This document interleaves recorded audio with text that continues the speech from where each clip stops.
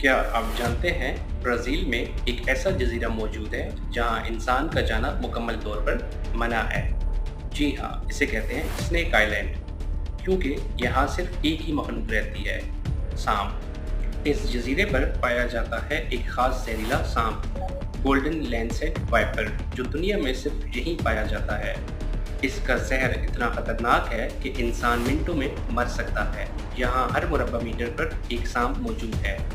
कहा यह जाता है एक वक्त था जब यहाँ एक लाइट हाउस मौजूद था, मगर जब वहाँ काम करने वाले निगरान और उसके ख़ानदान पर सांपों ने हमला किया तो हुकूमत ने जज़ीरा हमेशा के लिए बंद कर दिया। आज सिर्फ साइंसदान या नेवी के लोग ही वहाँ जा सकते हैं, वो भी खास इजाज़त और मुकम्मल हिफाजती लिबास में।